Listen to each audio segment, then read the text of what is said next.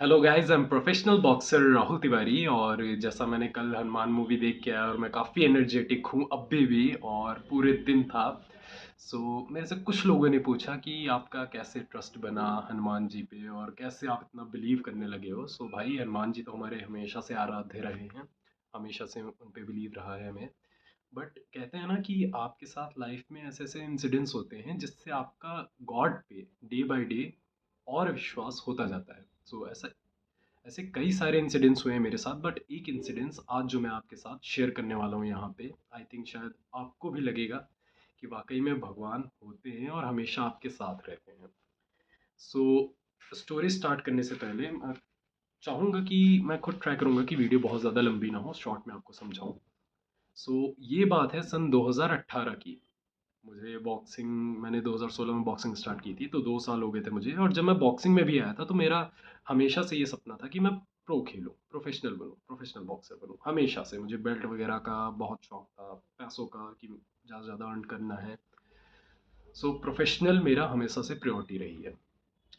2018 में एक लीग हुई थी, super boxing league. Super boxing league start हुई थी, जैसे आपका आईपीएल होता है, फुटबॉल लीग्स होती हैं, प्रो कबड्डी होता है, रेसलिंग लीग होती है, ऐसे ही बॉक्सिंग की भी एक लीग स्टार्ट हुई थी, professional boxing league, SBL, super boxing league, sorry, SBL. अब बंद हो गई है वो। सो अब बॉक्सिंग से जुड़े हैं तो किसी से मुझे पता चला इसका पुणे में ट्रायल है। मैंने सोचा इट्स अ गोल्डन अपॉर्चुनिटी यार। अब ये लाइक ऐसा हो गया जैसे आप आईएएस की तैयारी कर रहे हो पूरे साल और आईएएस का पेपर देने जा रहे हो। सेम गोes फॉर मी कि यार एसबीएल का ट्रायल है, लेट्स गो, देते हैं trial. But to be very honest, ये चीज़ मेरे साथ आई थिंक, अब मैं इस चीज़ को ब्लेसिंग मानता हूँ अपने लिए कि मैं अपनी फैमिली कंडीशन को बहुत पहले से समझने लगा हूँ, बहुत कम एज में, कि मेरी फैमिली कंडीशन क्या है। जिस टाइम ये अपॉर्चुनिटी आई थी कि पुणे में जाके फाइट यानी ट्रायल्स देने हैं, मुझे अपनी फैमिली कंडीशन पता थी, बिल्कुल भी अच्छी नहीं थी, बट मुझे जाना था ट्रायल देने। मैंने घर वालों से ये बात बताई, भैया से बताई। तो अब टिकट का इंतज़ाम कैसे हो इतनी जल्दी? तो भैया किसी तरह लगा, अपने अरचे परिचय में से किसी तरह पता किया, तो कोटा होता है रेलवे में। उसके थ्रू भैया ने टिकट बुक कराई। भैया ने जो टिकट बुक कराई वो स्लीपर की बुक कराई। मैंने बोला था भैया जनरल भी हो जाएगा, कोई दिक्कत नहीं। भैया ने स्लीपर की टिकट बुक कराई। क्योंकि अब जाके वहाँ पे ट्रायल देना है जो कि फिजिकली है, तो मुझे रेस्ट करना भी ज़रूरी है रास्ते में, और फिर जाके वहाँ पे ट्रायल देना है ताकि मैं फिजिकली फिट रहूँ। भैया ने स्लीपर की किसी तरह अप एंड डाउन की टिकट कराई। फिर बात हुई कि अब वहाँ पे रुकूंगा कहाँ, किसके पास रुकूंगा, क्योंकि पुणे में कोई मेरे परिचय का नहीं था। मैंने अपने दोस्त वगैरह से भी ट्राई किया, पूछा। तो एक दोस्त था जिसने मुझे थोड़ा सा समझाया कि राहुल, रेलवेज़ में डोरमेट्री नाम की एक चीज़ होती है। डोरमेट्री में जाके तुम रुक सकते हो। वहाँ पे तुम्हारा मतलब एक नाइट का किराया भी 300-400 रुपये लगेगा, और ईज़िली वहाँ जाके रह सकते हो, क्योंकि मैं होटल का खर्चा नहीं उठा सकता था। टू बी वेरी ऑनेस्ट, मेरी इतनी औकात नहीं थी उस टाइम। और टू बी फ्रैंक, फैमिली की कंडीशन इतनी अच्छी नहीं थी। मम्मी ने 2000 रुपये हाथ में दिए, टिकट, सामान वामान मैं पैक किया, डॉक्यूमेंट्स वगैरह अपने, क्योंकि मुझे नहीं पता था कि वहाँ क्या मांग ले क्या ना मांग ले, तो पूरी प्रिपरेशंस चलो। मैं गया। जैसे ही मैं वहाँ पहुँचा, यानी रेलवे में मैं पहुँचा, तो हमारे अंदर ये एक अच्छी चीज़ होती है इंडियंस के अंदर कि अगर वो बैठे हैं, सफ़र लंबा था, 24 घंटे से ज़्यादा का। तो जब हम सब बैठे रात में, तो कोई किसी से उतना नहीं बोला। जब दिन में थोड़ा सा शीट वगैरह डाउन हुई, सब बैठे आपस बात की, तो एक कपल था, होम टाउन का ही हमारे, मेरी भैया भाभी और उनका एक छोटा सा बेबी। तो उनसे मेरी बातचीत स्टार्ट हुई। ऐसे ही बातचीत स्टार्ट हुई, 3-4 घंटे शायद कुछ बात हुई होगी, मतलब उनसे ही नहीं, पूरे ट्रेन में जितने लोग थे हमारी बोगी में, सबसे ऐसी ऐसी मजाक। उसके बाद फिर हम उतरे, पुणे पहुंच गए। हम उतरे, मैंने भैया भाभी की हेल्प की लगेज वगैरह उतरवाने में। उसके बाद मैं वहाँ भैया को प्रणाम किया और अपना अंदर आ गया रेलवे में, स्टेशन पे चेक करने डोरमेट्री। मैं भाग के ऊपर गया, देखा, हाँ। मैंने पहले पूछा डोरमेट्री का है, तो एक वहाँ पे कोई वर्कर था, उसने बताया ऊपर। मैं भी ऊपर गया, देखा डोरमेट्री, तो ठीक था, सोने वोने का था। बट सामान की सेफ्टी वहाँ पे नहीं थी, जैसा मुझे देख के लग रहा था होगी, बट देख के मुझे पहला यही रियलाइजेशन हुआ। फिर मैं जल्दी से नीचे उतरा, मैं भागा। मैं देखा कि ऑफिस ढूंढ रहा था, मैं पता करूँ कितना रुपये लगेगा, क्या लगेगा, कैसे होगा। उतनी देर में मेरे फ़ोन पे एक कॉल आती है। मैं कॉल पिक करता हूँ, भैया की कॉल थी, मैंने नंबर दे दिया था भैया को, भैया का भी नंबर ले लिया था। भैया ने खुद कहा था कि पुणे में कोई दिक्कत होगी तो एक बार फ़ोन कर लेना, रास्ता वगैरह कुछ ना मिले, कोई लोकेशन। तो मैंने बोला ठीक है। भैया का फ़ोन आता है, भैया पूछते हैं कहाँ है राहुल। मैं बोला कि भैया बस आ गया, यानी ये पता कर रहा हूँ डॉर्मेट्री ऑफिस वगैरह। बोले इधर आ जा। तो पहला दिमाग में यही क्लिक किया कि चलो होगा, शायद सामान वगैरह रखने में उनको प्रॉब्लम हो रही है, बच्चा है, भाभी है और भैया भी हैं, तो शायद सामान वगैरह रखने में होगा। कोई नहीं, एथलीट आदमी है, उठा के चलेंगे, कार में रख देंगे, क्या दिक्कत है। मैं पहुंचा भैया के पास, देखा सामान वगैरह तो रखा था। भैया कहते हैं चलो हमारे साथ। अब यहाँ पे दो चीज़ें हुई। पहला डर, कि मुझे डर लगा अननोन सिटी में अननोन पीपल के साथ। दूसरा खुशी, कि हाँ यार ये कैसे हो सकता है, मुझे मतलब कोई अननोन पीपल कैसे अपने यहाँ रखने के लिए बोल सकता है। बट मैंने मारा डर को गोली क्योंकि ऑप्शन तो था ही नहीं। मैं बोला ठीक है भैया चलता हूँ मैं आगे बैठा ड्राइवर के साथ। भैया ने ऊबर बुक की थी, भैया भाभी और उनका बेबी पीछे बैठे।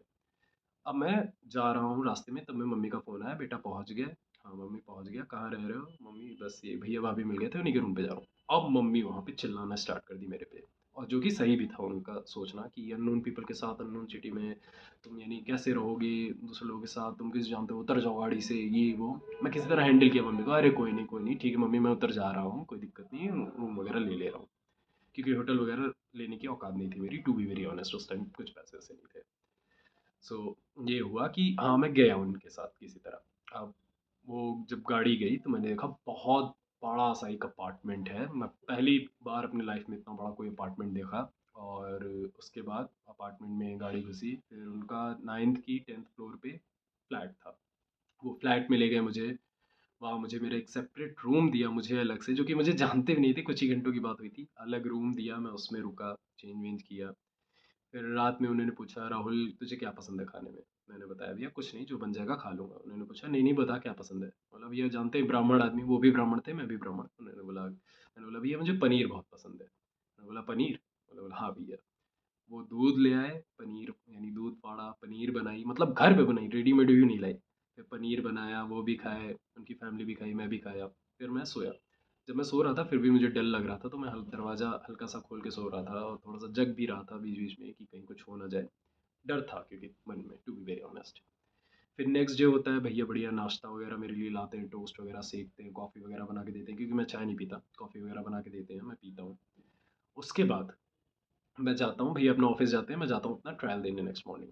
जाता हूँ ट्रायल देता हूँ, ट्रायल काफ़ी अच्छा जाता है, सेलेक्ट भी हो जाता हूँ, जिसका मैं बाद में ट्रायल भी देता हूँ दिल्ली में अपनी फ्रेंड के साथ। फिर दे के मैं ट्रायल लौटता हूँ वापस फ्लैट पे। फ्लैट पे लौटता हूँ मैं वापस, तो भैया भाभी भी कहीं बाहर गए हुए थे, तब मैंने भैया से बताया भैया मैं पहुँच गया हूँ। उन्होंने बताया ठीक है हम भी पहुँच गए हैं, बाहर आ जाओ। मैं बाहर पहुँचा, भैया बोले, भैया भाभी कार से थे, उन्होंने बोला पीछे बैठो, और बेबी भी था उनके साथ। मैं पीछे बैठा। फिर उन्होंने पूछा राहुल आइसक्रीम वाइसक्रीम पसंद है। मैं बोला ऑफ कोर्स भैया, आइसक्रीम तो मैं भी काफ़ी काफ़ी खाता हूँ।